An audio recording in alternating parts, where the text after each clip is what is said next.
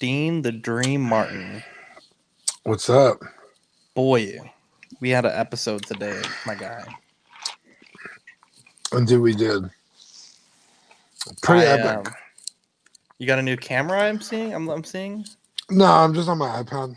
Oh, okay. I was like, man, good for you for the webcam. Oh boy, what an episode, man! Episode The Jedi, directed by 13. Dave Filoni. Episode 13, and right off the bat, I'm curious. What are your thoughts? Actually, time out. Before we get into it, let me put up a spoiler, even though the this is actually just titled spoiler. There we go. Sean Yahtzee says he just finished it. What are your thoughts right off the bat? God damn. Cowboy Dave, man, doing his fucking thing. This didn't even just the setting, the music, the cinematography. Like, it almost felt like a completely different show. Which is not a bad thing. It was fucking amazing. Like, literally start to finish, this episode rocked. It was fucking crazy. Yeah. I thought it was pretty good. I think it was good to, and I know we complained about it a little bit about having like side missions, and this is, in my opinion, like the best way to do a side mission because we got some really great plot advancement. Though at the end of the day, I on my first watch I was a little bummed out. Hey, wait, stop real quick. Yes. The whole thing sounded, I don't know if it was just my thing, but you sounded like a robot. It was like say it again. So since the final of season 1, we've had this task: find a Jedi and bring the child to that Jedi. And for 5 episodes of this season, it's doing it again. Yeah, I don't know if it's just me. Jason, let me know, or Sean, let me know if it's what's going on here. Okay, can you hear me now? Am I good? Yeah. Okay, so since the last episode of the first season, we've had this task to find a Jedi. And every episode to this point, first find a Mandalorian to find more Jedis. Then you find the Mandalorians and they tell you where the Jedi's at. And now that we've achieved all that, now we're finding, it's like another mission now. And I was a little disappointed by that because, we're 5 out of 8. And now we have just another place to go to. But looking beside that, I think this episode's had some really, really great stuff. Obviously, we know Grogu, the man, the myth, the legend, Baby Yoda has an official name, which blew my mind because they just like dropped it very casually, and his little baby ears perked up, super adorable. And we know that he was at the Jedi Temple, trained by many masters, and which brings a whole set of questions. Listening to some other content creators, Ki-Adi-Mundi was able to marry and have children because his species was on the verge of extinction. And as far as we know, Yoda's species is supposedly pretty rare. And maybe potentially him and Yaddle got a little busy in his quarters, which is not pleasant to think about, but that could maybe be where Baby Yoda's from. But there's a lot of questions there. And I'm glad that we finally have some sort of answers that he's not a clone, at least to this point that we know. But that he is something that, or someone that was like a known thing. Like they were training him, they knew of him, like, and that's really cool. It also answers your question from like literally 2 days ago, where you thought that the Empire had him originally. Yeah, I thought that maybe they had cloned him or something. But that's yeah, you're right. That's really fucking exciting. It makes me sad because he had a dark part of his life that really made me sad that he felt that way. And it made me really happy that he sees the Mando as like a father figure, like someone that he feels very strong for. Now, um, that was fantastic. The Force mind meld that him and Ahsoka did, fantastic. And I don't think we can talk about this episode without talking about how dope Rosario was as Ahsoka. Uh, Amazing. Yeah. I felt like the same character, honestly. I mean, that has 100% to do with Dave Filoni, his writing and directing of the character. Mm-hmm. But Rosario stepped to the plate, and she feels like a continuation of the same character. Older, wiser, more cautious. The only thing that threw me off a little bit was the voice. Having a new voice actor, because we've heard Ahsoka with that voice actress, I Yeah. think since like 2008. It's been a Yeah. while. I think maybe, I don't know why they didn't pick her, because they picked the same woman to do Bo Katan. So I was actually talking with someone today. Is like, do you want to set that precedent where every single actor that's done a voice will play that character? Because that might be difficult at some Oh, yeah, point. for sure. Because, like, Ezra is like, Not, yeah, you know, I get exactly what you're saying. yeah, he's like a teenager when you see him last. Yeah, But that was kind of my big thing about this episode. I was like, this takes place roughly in the same time frame as when Rebels ends. Not exactly, but about, right? the time frame on this is my understanding. In Rebels, there's a 6-year time skip with Jason Syndulla and Hera and the Ghost, and that's when Ahsoka sets off to find Ezra. This takes place right at about that same time. Right, that's what I'm saying. So it kind of threw me off because I was like, wait, shouldn't she be on this mission already? Or coming back from this mission, they didn't find him. So, where's Ezra? Because really, if you're looking for Thrawn, you're looking for Ezra. Yeah, and that fact right there made me believe that she's on that mission right now because she does want to find Thrawn. I Yeah. don't really think she has that many. I mean, Thrawn's obviously the bad guy of Rebels season 3, but I don't think Ahsoka's greater motivation is to find Thrawn. I think her greater motivation is probably to find Ezra. Yeah. But in doing so, finding Thrawn. It seems like Thrawn obviously has maybe some foothold in the galaxy at this point. So finding Thrawn would potentially lead Ahsoka to find Ezra. I think it's interesting. That was a name drop that I wasn't expecting to see Thrawn. But I think having Thrawn back in the mix, I feel like Thrawn, when he's against really just like not super important characters, he's super OP, right? But if you had Thrawn winning every interaction like he does in the books with main characters, it just doesn't really work out, right? Because he can't really be that tactical genius that never loses, or it just the story wouldn't be that great if the bad guy just won every time. We only have 3 episodes left, and I don't know that he's gonna play a huge role in this season, but I'm worried that they're gonna bring him back Just to only to waste get him. defeated by these characters. I felt like in the last season he got defeated a few times with like pretty outstanding circumstances where he probably would have won, like the Bendu that came out of nowhere and kind of stole the victory from him. I don't want another one of those to happen because it again gets repetitive. But having that name drop and knowing that there might be someone above Moff Gideon pulling the strings, it's pretty fucking cool. Yeah. My biggest concern is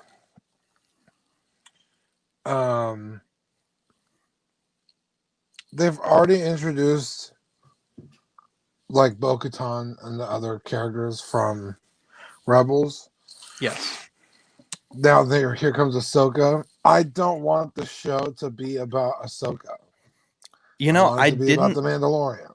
I didn't get that vibe. I really felt like when they left, that that was, and I could be wrong, but I felt like just from in a bubble watching that episode that was the Ahsoka episode, and the story is going to move forward. Like maybe we'll see her at the end of the show, sort of like in season 1 where we had Cara Dune, and at the end of the last episode you kind of brought all those main characters together for the finale.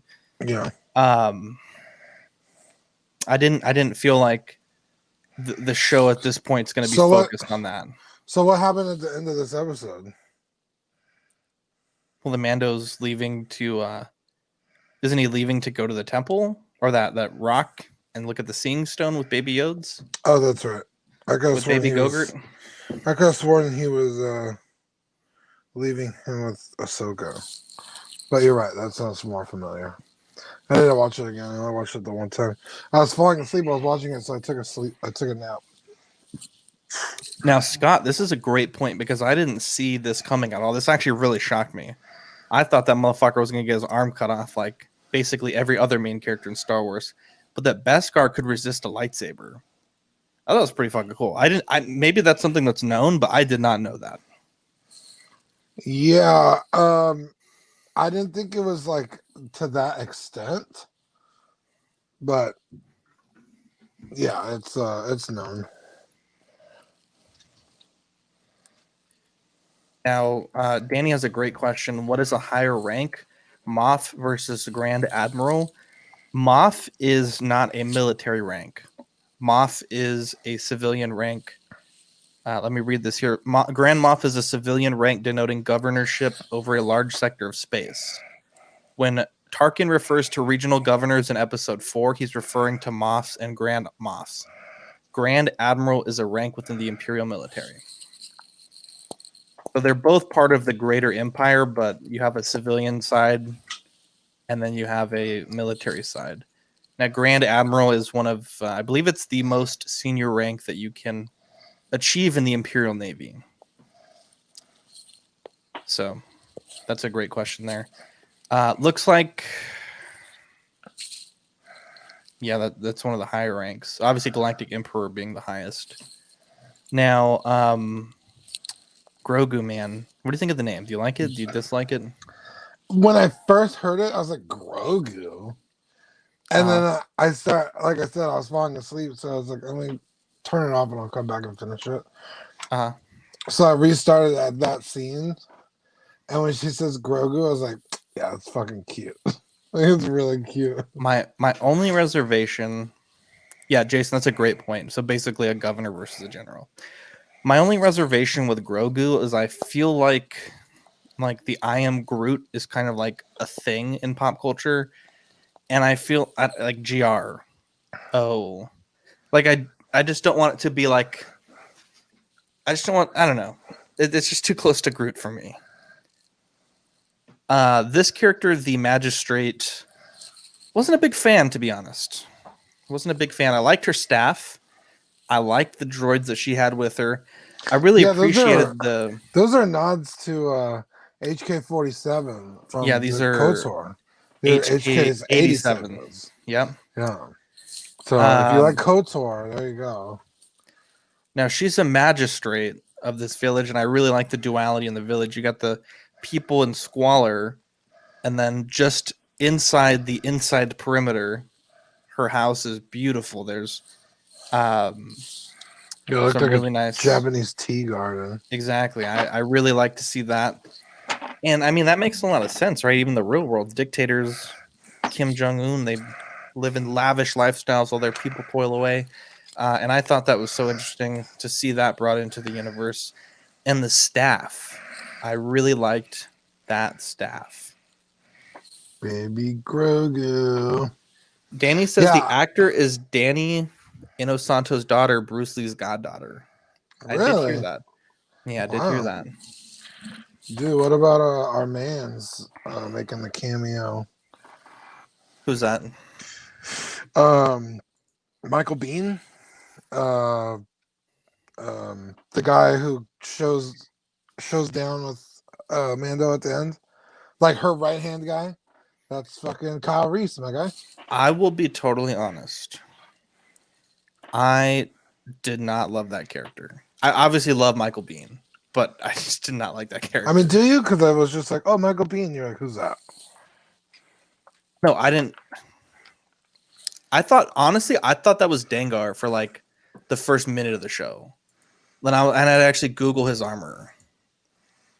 Didn't look anything like Dengar's armor. I don't know. I just for some reason it was like I really thought. Yo, this was like the first real episode that I felt like this was like a cowboy show. Like gunslinging, fucking holstering his blaster, fucking shooting guys in the head, quick draw. This is fucking amazing. This episode was so good. The only thing that bothered me is like Mando made it a big point, like, yo, like they have a shitload of people. We're gonna go in there, we gotta work together. And it seemed like Ahsoka pretty much just took care of everyone by herself. And like Mando kind of cleaned up the scraps.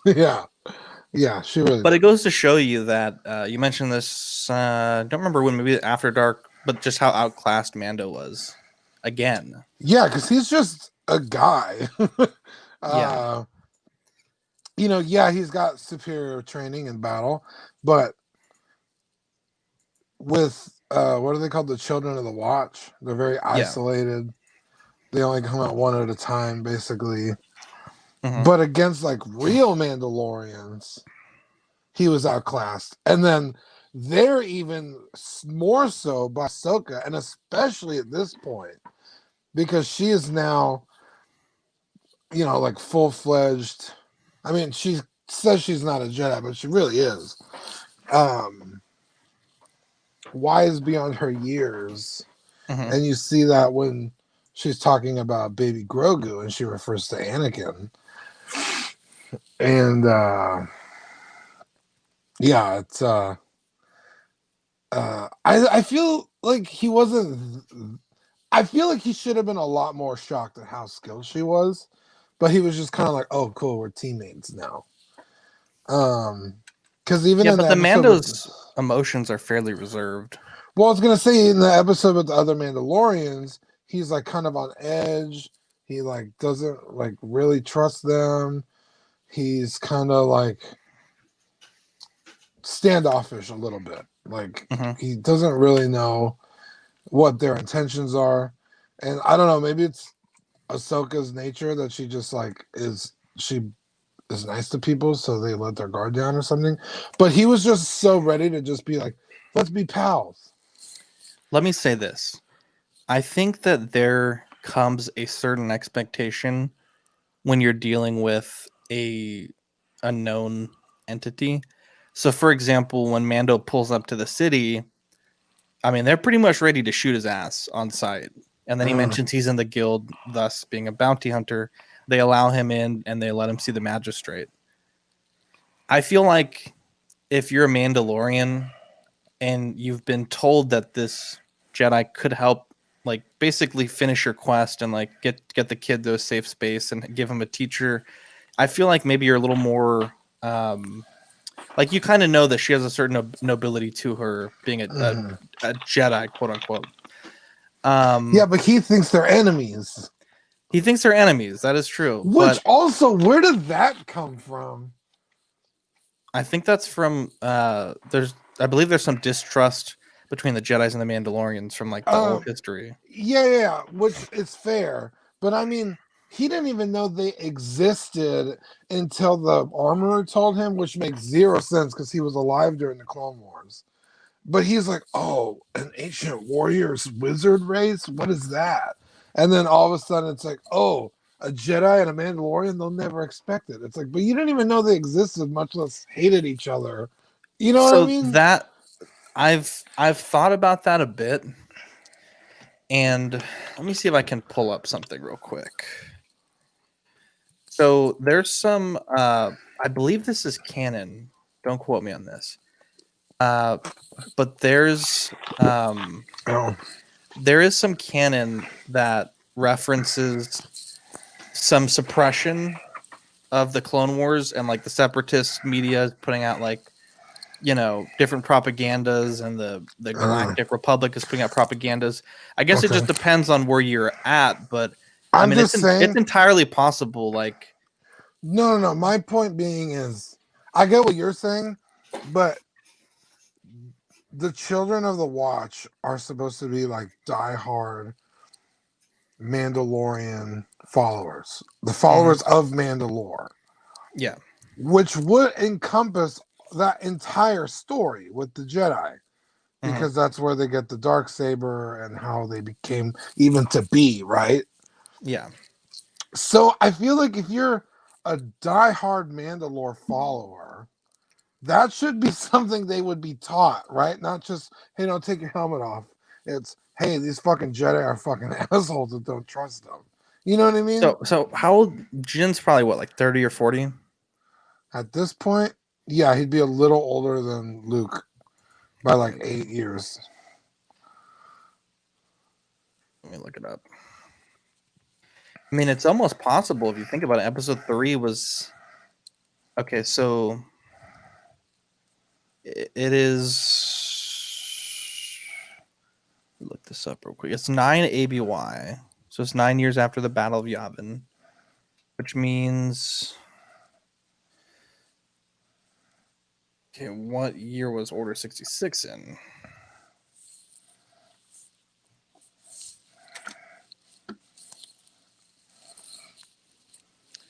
I mean, so 19 BBY, so this is 24 years. So he was maybe like 12, 13, 14 when the purge happened. Mm-hmm. I mean, I guess it is possible that he's at least heard of. He would have to have. I've gone over the timeline, and I'm like, that doesn't make any sense. Like, he wouldn't have some idea of what the Jedi were. Maybe not what the power they once had, but at least like the stories of Mandalore and the Jedi. I mean, unless they're changing all that bullshit, I don't know. Right? I don't know what's canon No, anymore. they work pretty hard to keep their canon straight at Lucas. At least this current canon. Yeah. DJ says, "Yo, what's up? Finally catching you guys live." Neil says, "Hope you guys are keeping well." Scott says, "Maybe once Mando puts Grogu on top of the mountain and calls out to a Jedi to train him, young Luke will train him like Yoda trained him." Be cool. Now I'm thinking about it. I mean, but then again, the galaxy is a huge place. There's parts of the galaxy that, even the Empire never conquered, or Yeah. the Republic never went to. Mm-hmm. Tatooine. I mean, I guess it is somewhat possible he never was on a system that was liberated by or influenced by the Jedi. But you're right; his culture itself has Is that. intertwined, Fuck, intermingled. Dean, you got me there. I think that might be something I need to look at. Yeah. I guess you could just say no one ever told him, but that's pretty fucking stupid because that's the main one of the driving forces Yeah, of that. you can't have Mandalore without the Jedi. I mean, literally, the dark saber is a lightsaber. We've been Yeah, over this. yeah. So it's like you really can't have one without the other. And to be what's the word? I don't want to say zealot, but like that would be the most ancient teachings, right? Would be the way of Mandalore. Yeah. And none of these people have heard of Jedi.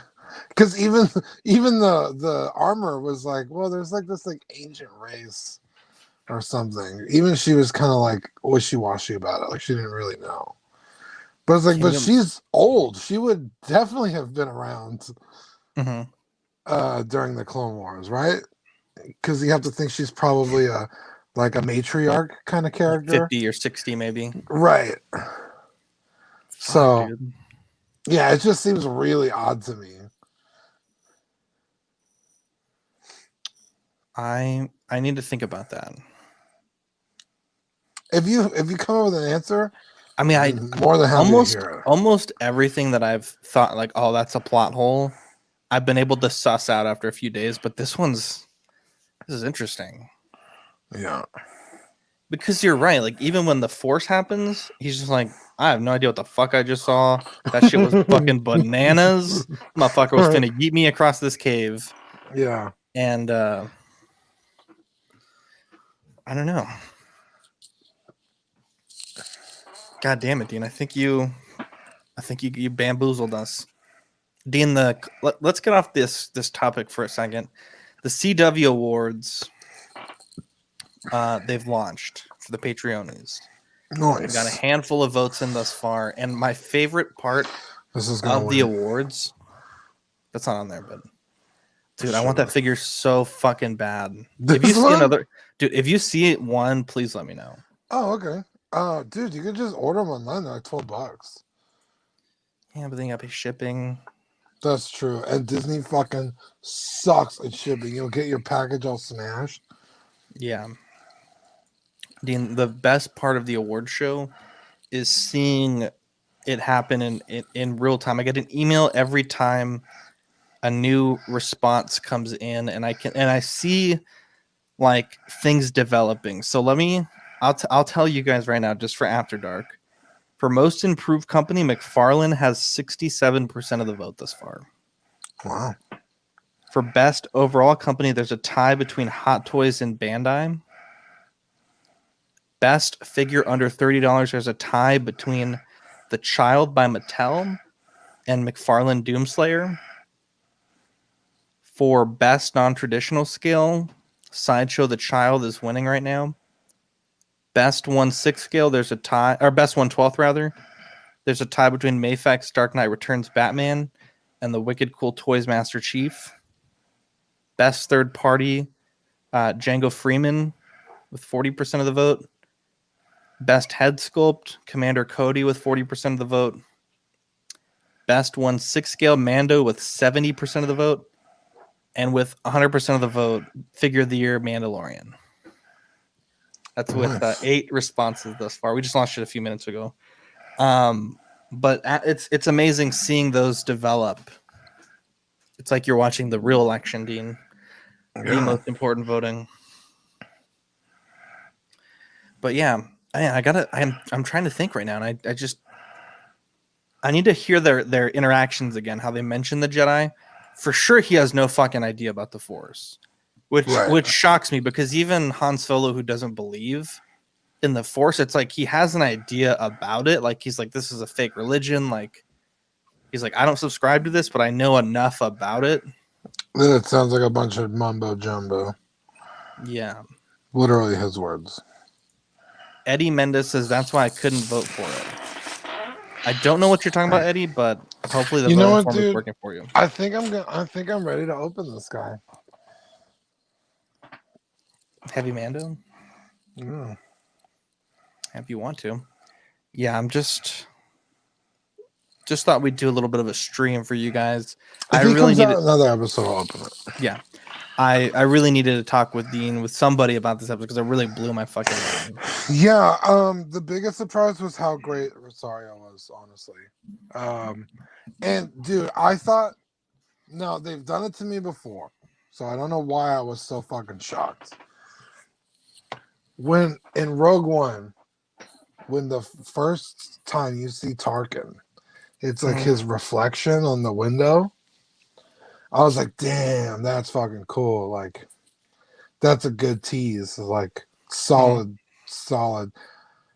And then the motherfucker was like a main character the entire movie. And I was like, damn, that's some ballsy shit, right? Like, because he's obviously long passed away. They have to CGI that shit. And it looks really good, right? It still holds up unbelievably well. Yeah. So when I figure Ahsoka, we're either not going to see this season, or if we do, it'll be like she's like in a tree somewhere off in the distance. And like you keep seeing her throughout like an episode or two. And then at the last episode, the Mandalorian finally gets to her or something, right? Nope. This episode starts and Ahsoka's just fucking people up left and right. And I was like, holy shit, they fucking went there. It was amazing. Yeah. But I appreciated that though, right? Because imagine how lame that would be for the 5th episode to just have a snippet of Ahsoka at the end. Yeah. Well, I mean, like you said, there's what 4 more or 3 more weeks after this one. So Yeah, like I was just like, oh, they can't really get to her that fast because, they got at least 2 more seasons coming out, yeah, and they can't rush the story too fast. And I know there's a lot of filler, but it's like they also have to keep in mind maybe 4 seasons isn't enough. Maybe they want to go on fifth or sixth. uh So I was like, they really can't rush things too much. So we'll see how it goes. yeah. And then this episode comes out and it's like, boom, Ahsoka, here she is. And then I was like, oh, okay, they're gonna like maybe I thought when he meets up with the magistrate, she was like, oh, I have this problem, I need you to go kill this person. And maybe he didn't realize it was Ahsoka. He didn't know she was a Jedi. And so like the first episode of them interacting is fighting each other. hmm And then at the end, um she says something about being a Jedi, and he's like, wait a minute, are you who I'm looking for? Yeah, And that's how the episode ends. But then like the first thing the lady is like, oh, I need you to kill this Jedi. So then like the Mandalorian already knows I need to find her that's who. anyway. Yeah, So I was like, oh, okay. Like I felt like it would have been more interesting the other way. Like he didn't know he was trying to kill Ahsoka the hmm whole time. But maybe that is like kind of played out, right? I think if Um, it's a 10 episode show or 20 episode, you could probably do that. But I'm telling you, 8 is crunch. I mean, that's 4 hours basically, maybe 5 of content. Like you can't be fucking around with like important cameos like that. Like I felt like the Boba Fett, at least at this point, we think it's the only cameo he's going to get this season. At least I think that. I yeah. thought that was pretty wasted. Like imagine how much better this show. I was thinking about this when I was driving yesterday. Imagine the start of episode 2 of this season, the exact same start where he's going through the desert, and imagine Boba Fett springs that trap on him. Be pretty good. Yeah. Gets his armor back, and then you have that set up for the Boba Fett show. Um, I felt like that would have been, and in fact, when they were setting it up, I was like, dude, um, that's got to be, you know, it's got to be it. And you were wrong. And so are a lot of people. DJ They're says they, fucking I didn't mean that as an insult. I just meant like they're really pushing the envelope, man, on what they're doing. And I don't hate it. Maybe I don't exactly love it, right? But I Mhm. think when it's all said and done, we'll be like, oh, okay. That's why they did it that way. Yeah. Or maybe we won't. I don't know. But so far, I don't hate it. Where do you think the show's going to go from here in the last 3 episodes? Space. Probably. They're probably going to go to space at least once. You think the next episode's going to be them going to the temple? Uh, I mean, I feel like it has to be. There's no direction. yeah, I'm Maybe not next sure. episode will focus more on the Empire side of things. Actually, they have the tracking fob, so they know that Ahsoka. Dude, I thought that's how the episode was gonna end. I thought he was gonna go to his ship and Grogu was gonna be gone, and that I would have fucking been sad. Empire took him. Because it's kind of like a fucking that whole episode is a win, right? Exactly. Yeah. Like Ahsoka kicks ass, Mandalorian shows up, has little to no effort finding her. They team up immediately. She tells him Grogu's name. She agrees to help get baby Grogu the help he needs if Mandalorian helps her. They go to the village. They kick ass. No casualties. And then it's like, oh, where's Grogu? Oh, he's at the ship. I was like, oh, dude, he's gone. The fuck, he's gonna walk up to a ship and see a TIE fighter flying away. Oh, can you But imagine though? the devastation. But no, it was the whole episode was just one fucking win after another. So I think this episode has tremendous replayability for that reason. yeah, There's nothing you're dreading in this episode, right? yeah, and honestly, dude, like episode which what's episode 1 Of the first season, or of season 2? that is when I believe it's the one where he gets Boba Fett's armor The Marshal, right? with the sand armor, with the sand Kyrit dragon Great. crate. Yeah. I was like, they're not going to top that episode. And Ooh, then Danny with a fucking the episode excellent comes point. out with the Mandalorians, and I was like, they're not going to top that episode. And then this one comes out, and I'm like, holy shit! Like, they just keep fucking blowing my mind. Sean Yancey says, I bet this next episode they end up taking Grogu and he recruits the other Mandos and Ahsoka to get him back. Dude, that'd be like, imagine like he's leaving the planet and they get sucked in with those tractor beam hyperspace ships that like prevent you from going.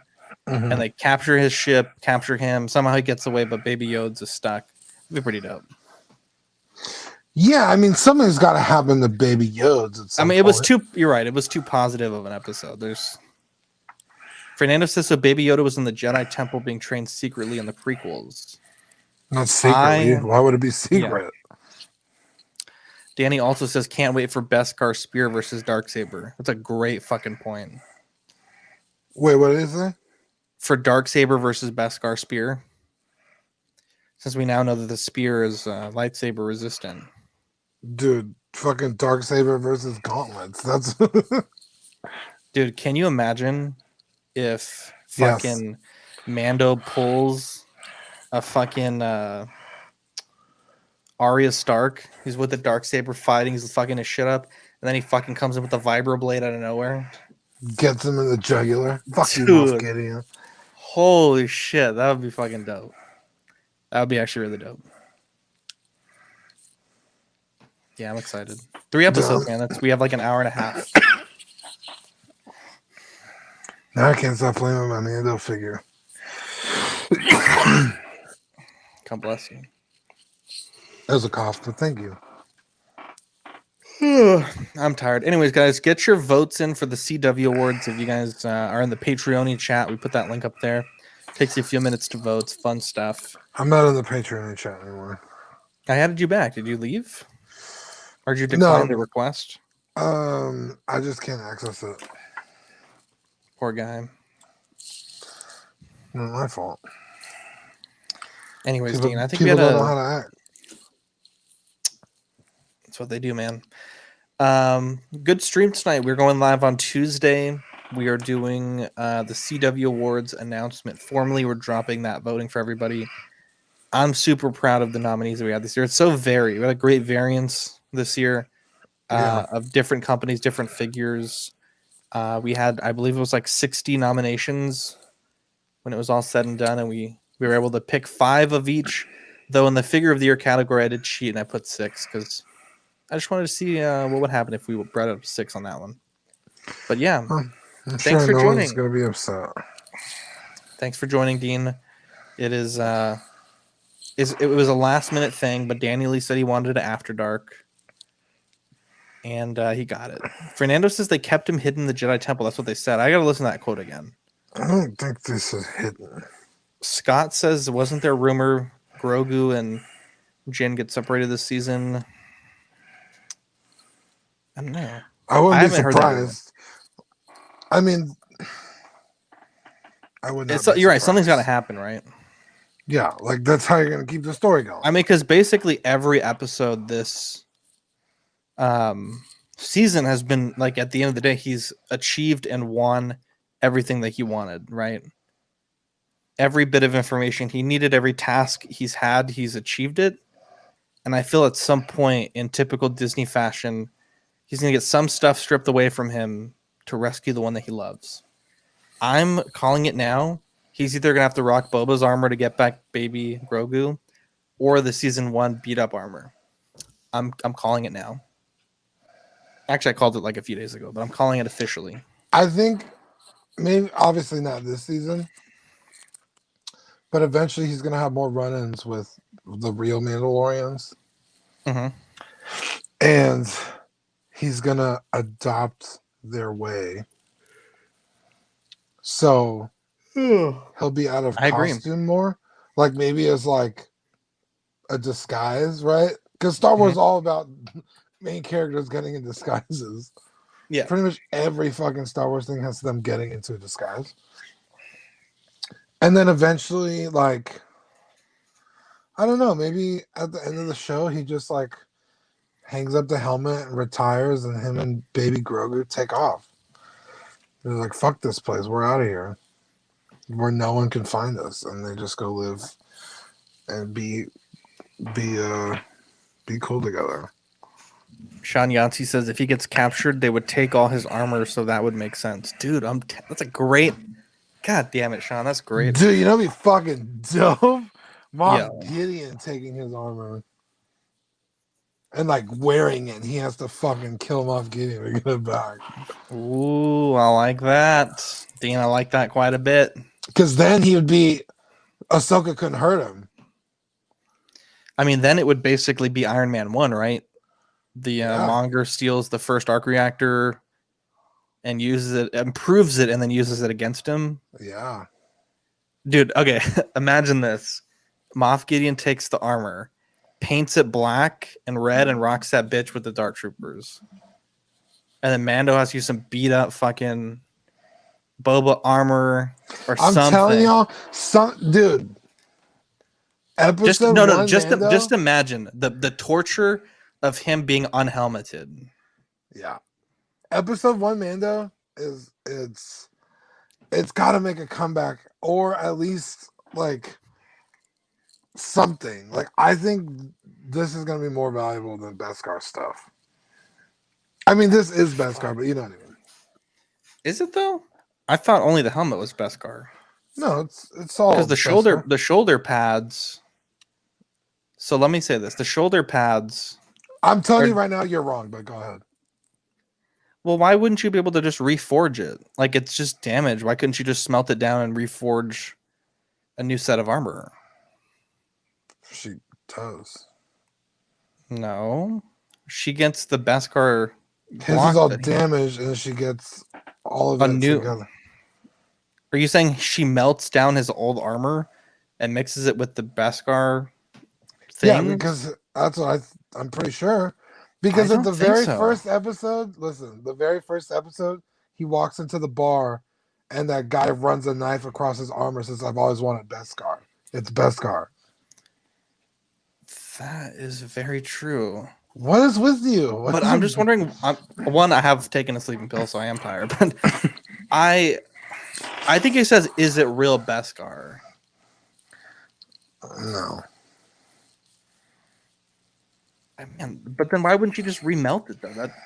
So then I guess he can't ever go. I guess he can't ever go back to that first armor. Moff Gideon does not give him enough material to make new armor. She had to have reused it. I mean, if one shoulder pad was created by one Ignat with plenty to fund many foundlings, what is it? Ingot. Okay, that one. I mean, you are right. She does say that. I don't know, man. I mean, but if you think about it, he had at least like 10 ingots. Yeah. If not more. DJ says maybe they're talking about his helmet. I mean, because for sure his hand pads and his thigh pads, at least the left one, is found parts, right? And the shoulder pad in the beginning, because it was the shore trooper armor. Yeah, but he still uses the on his hands. He still uses those. Yeah. I mean, it's even on the Beskar Mandalorian figure. No, I know that. Definitely some food for thought there, right? The guy, I guess the only spare armor he has knife across his chest armor and says, like, I've always wanted Beskar or something. I'm gonna look it up real quick. I think you're right. Maybe I just don't understand these shows. No, I thought Baby Yoda was fucking I thought they were returning him. Okay, let's look at the bar fight real quick. I don't want to get dude, and that happened to me today with this episode. With what part?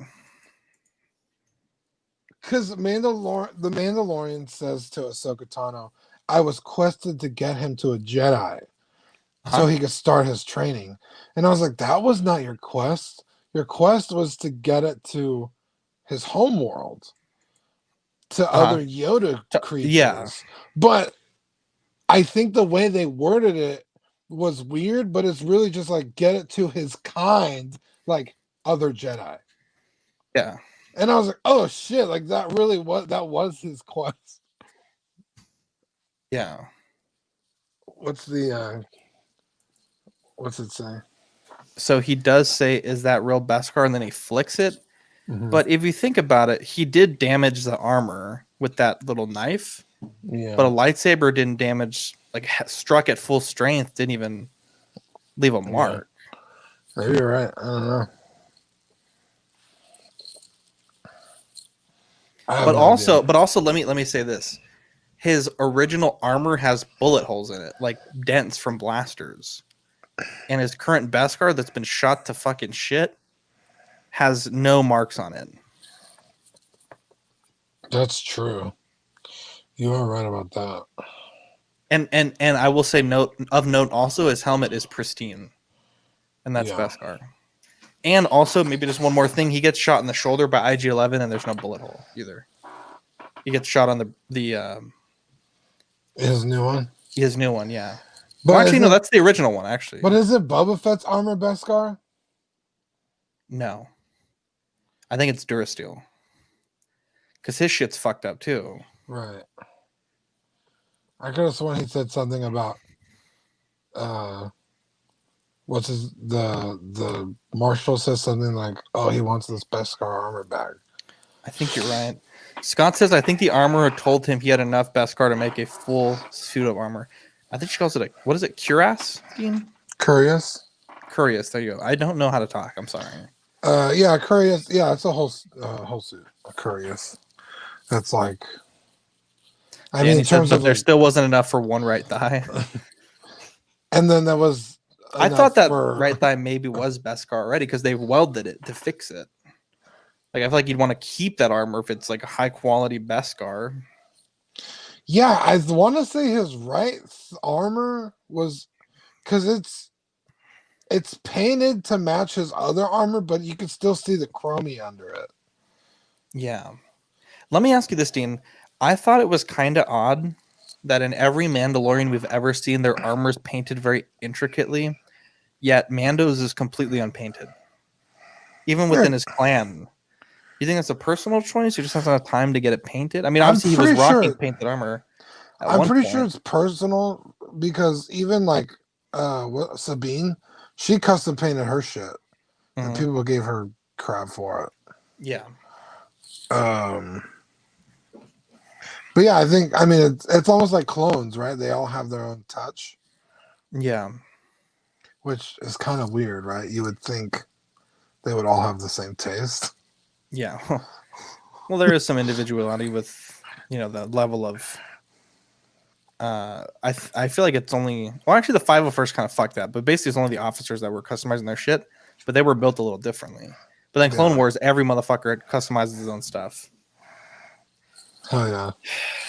Dude, we had a great talk. I gotta download this. I'll put it on SoundCloud. I gotta think about this, dude. That's some questions to ponder. Yeah. Anyways, guys, thanks for joining us live. Did a little bit of an unscheduled after dark. Yeah, sorry, I'm on my iPad, so I can't keep track of the chat. Yeah. I need to get my laptop. I keep forgetting. Anyways, guys, I'm Zach. I'm Dean. Catch you guys on the next After Dark or the next episode on Tuesday. Yeah. Bye.